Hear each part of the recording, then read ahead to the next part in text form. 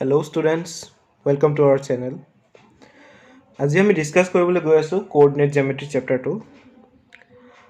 আজিৰ পৰা আমাৰ যিখিনি ভিডিঅ' আহিব আমি অসমীয়া মাধ্যমৰ ছাত্ৰ-ছাত্ৰীৰ সুবিধাৰ বাবে ভিডিঅ'বোৰত ইংৰাজীৰ লগতে অসমীয়া শব্দবোৰ আমি সংযোগ কৰিছো। গতিকে ভিডিঅ'বোৰ চাই কেনে পোৱা আমাক জনাবা। আজি আমি ডিসকাস কৰিম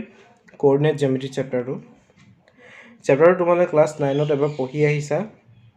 সো তোমালোকে বেসিক্স কিছুমান কথা জানা যদি মই আকৌ এবাৰ কৈ দিও। আমি এটা পইণ্ট কেনেকৈ লিখো এনেকৈ লিখোনে x, y নিচিনাকৈ লিখো ৰাইট। এই x ক কি বুলি কোৱা হয় এবসিছা আৰু y কি কোৱা হয় অৰ্ডিনেট ৰাইট। অসমীয়াত এবসিছা কি বুলি কোৱা হয় ভুজ আৰু অৰ্ডিনেটক কুটি। ঠিক আছে নে? এতিয়া চোৱা 2,3 এটা পইণ্ট হ'বনে এটা বিন্দু হ'বনে? এ তোমালোকে কোৱাচোন ইয়াত এবসিছা কি হ'ব? ইয়াত এবসিছা হ'ব 2 আৰু অৰ্ডিনেট হ'ব কিমান 3। ক্লিয়াৰ হৈছে নে? আমি এবসিছা অৰ্ডিনেট কাক কয় আমি বুজিলো। এতিয়া চাবা আমি বিন্দু এটা গ্ৰাফত কেনেকৈ প্লট কৰো আমি হেয়া চাব গৈ আছো। সাপোজ তোমাক দিয়া আছে কোঅৰ্ডিনেট এটা সাপোজ 3,4। সেই পইণ্টটো তুমি গ্ৰাফত কেনেকৈ প্লট কৰিবা? ঠিক আছে নে? আমি গ্ৰাফ এনেকৈ ড্ৰ কৰো তোমালোকে সকলোৱে জানাই। এইফালে কি থাকে x এক্সিস, এইফালে থাকে y এক্সিস ৰাইট। এতিয়া 3,4 যদি পইণ্টটো আমাক লোকেট কৰিবলৈ কয় গ্ৰাফত আমি কেনেকৈ কৰো চোৱা। সাপোজ 1 2 3 4 আৰু y এক্সিসৰ ফালো তেনেকৈ 1 2 3 4 5। 0 ইফালে কি নাম্বাৰখিনি আহিব নেগেটিভ নাম্বাৰখিনি আহিব -1 -2 -3 এনেকৈ গৈ থাকিব আৰু ঠিক তেনেকৈ ইফালো নেগেটিভ নাম্বাৰখিনি আহে। ঠিক আছে নে? এতিয়া চোৱা তোমালোক যদি 3,4 পইণ্টটো যদি লোকেট কৰিব দিয়ে সাপোজ p পইণ্টটো যদি লোকেট কৰিব দিয়ে তোমালোকে কেনেকৈ কৰিবা চোৱা। 3 মানে চোৱা x এক্সিসৰ ফালে আমি 3 ইউনিট যাব লাগিব। ঠিক আছে আৰু y এক্সিসৰ ফালে আমি 4 ইউনিট যাব লাগিব। ঠিক আছে নে? এতিয়া x এক্সিসৰ ফালে আমি 3 ইউনিট গলে ক'ত পামগে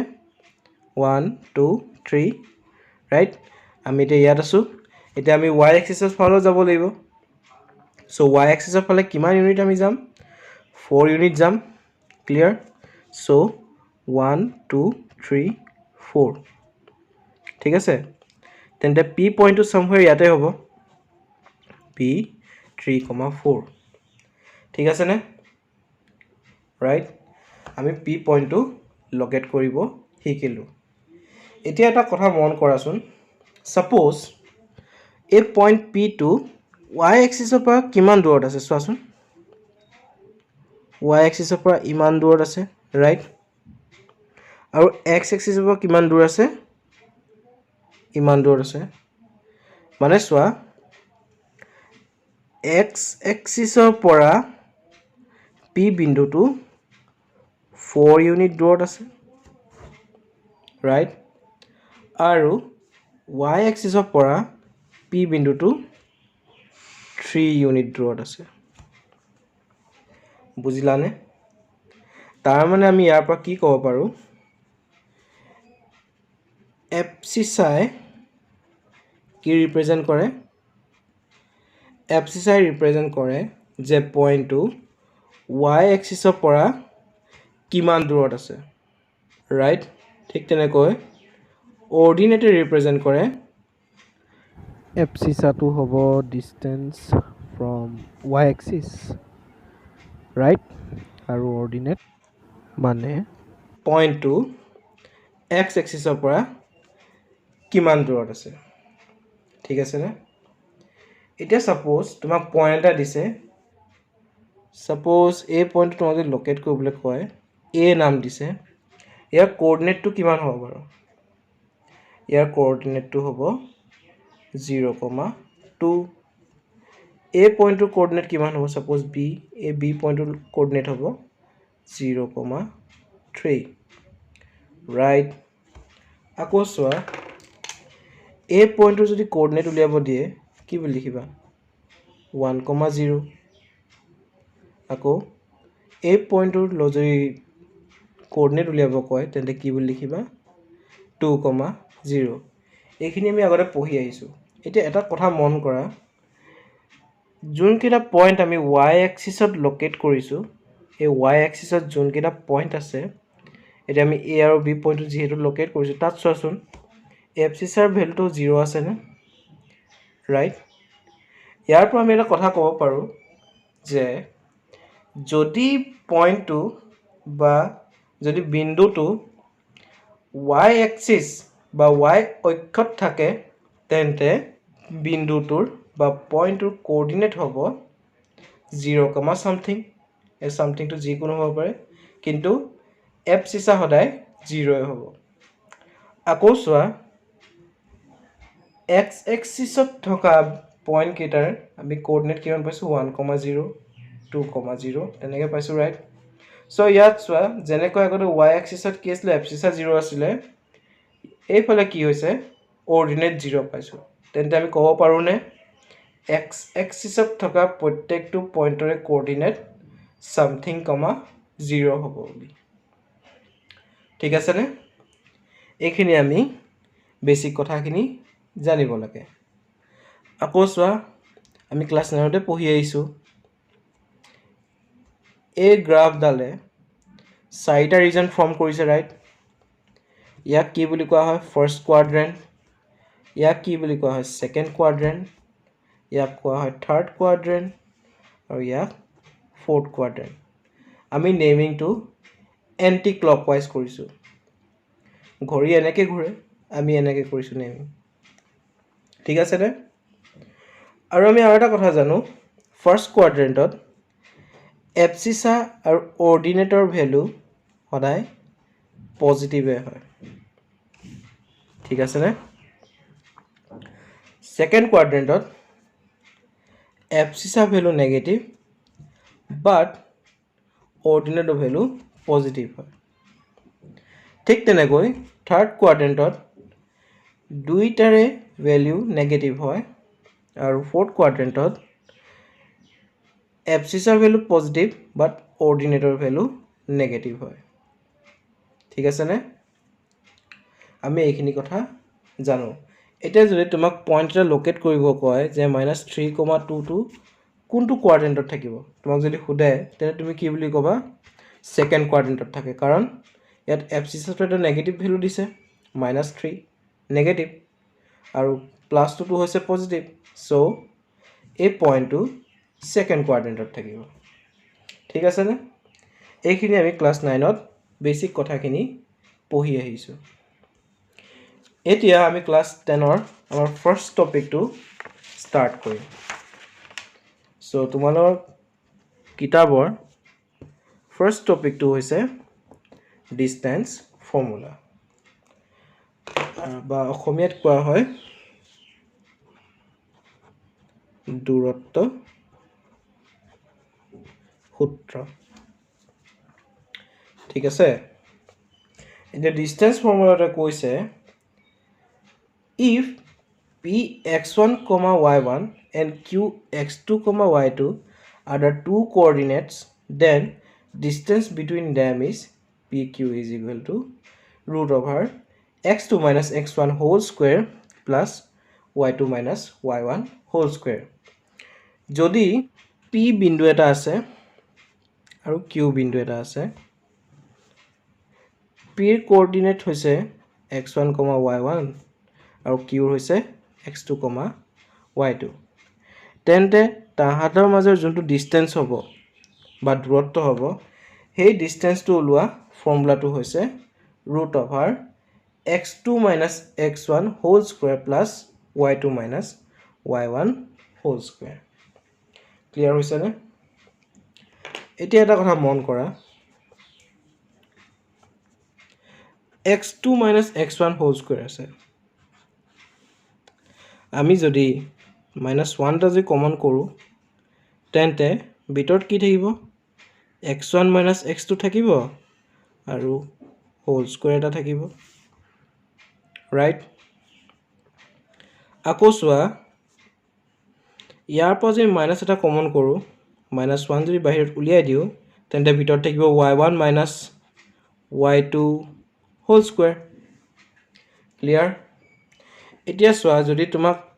ab হোল স্কয়াৰ উলিয়াব কয় তুমি কি বুলি লিখা a square b square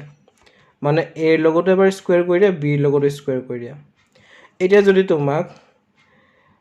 suppose এটা তোমাক যদি -2a হোল স্কয়াৰ যদি উলিয়াব কয় তুমি কি কৰা -2 হোল স্কয়াৰ আৰু a স্কয়াৰ বুলি লিখা ৰাইট ঠিক তেনেকৈ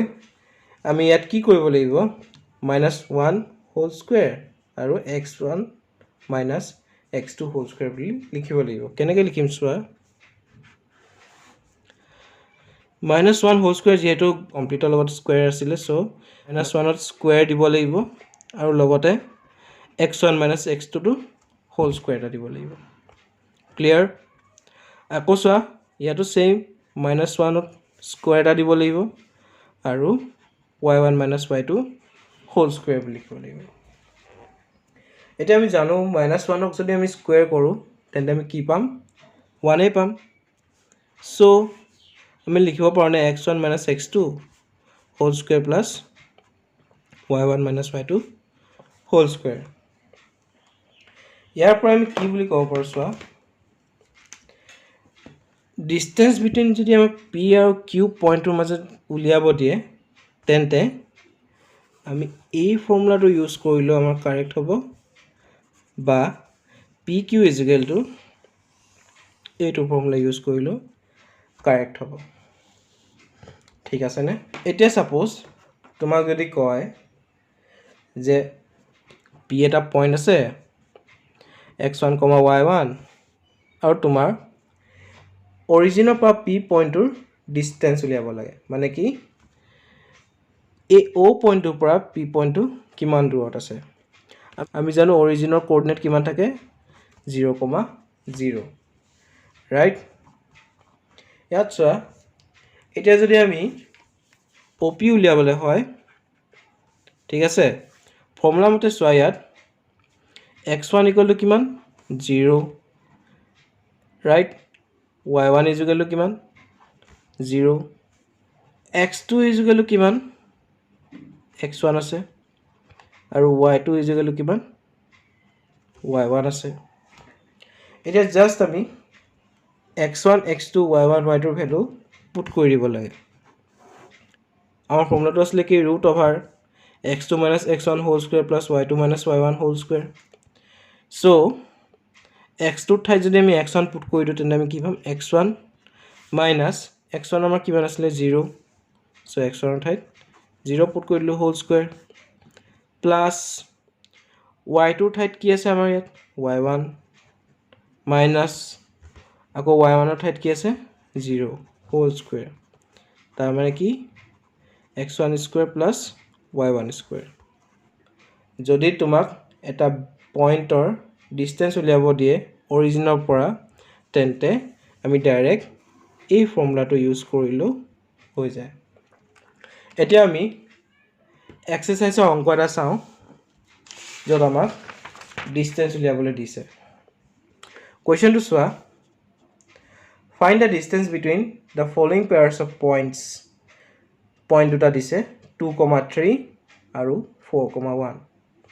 আমি জানো যে ফৰ্মুলাটো কি আছিল যদি এটা পইণ্ট p হয় আৰু আনটো পইণ্ট যদি q হয় তেন্তে pq √x2 - x1 whole square plus y2 - y1 whole square এতিয়া আমাক যি দুটা পইণ্ট দিছে 2,3 আৰু 4,1 তাত চোৱাচোন x1 ইকুৱেল টু কিমান আছে 2 y1 ইকুৱেল টু কিমান আছে 3 x2 ইজ ইকুৱেল টু কিমান আছে 4 আৰু y2 ইজ ইকুৱেল টু কিমান আছে 1 ঠিক আছে নে ইমানটো ইয়ালৈকে ক্লিয়াৰ হৈছে এতিয়া চোৱা distance between p and q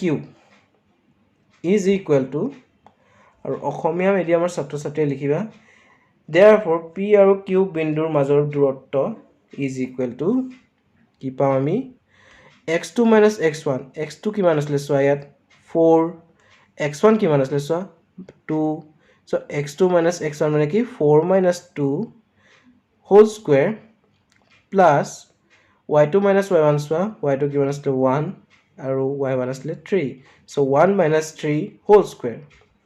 এটা চোৱা root over 2 square plus minus 2 square পাম আমি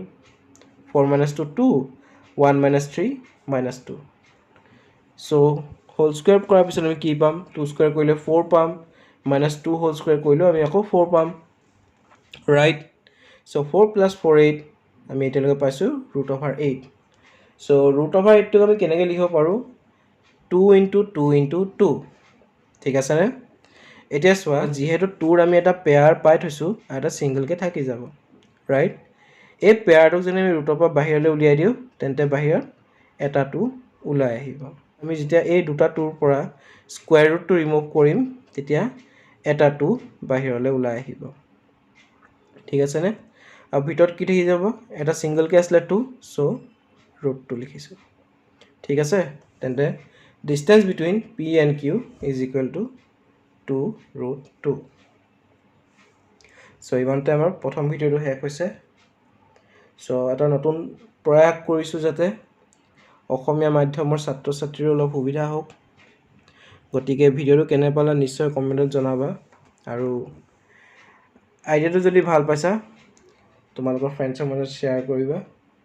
আৰু চেনেলটো সাবস্ক্ৰাইব কৰিব নাপাহৰিবা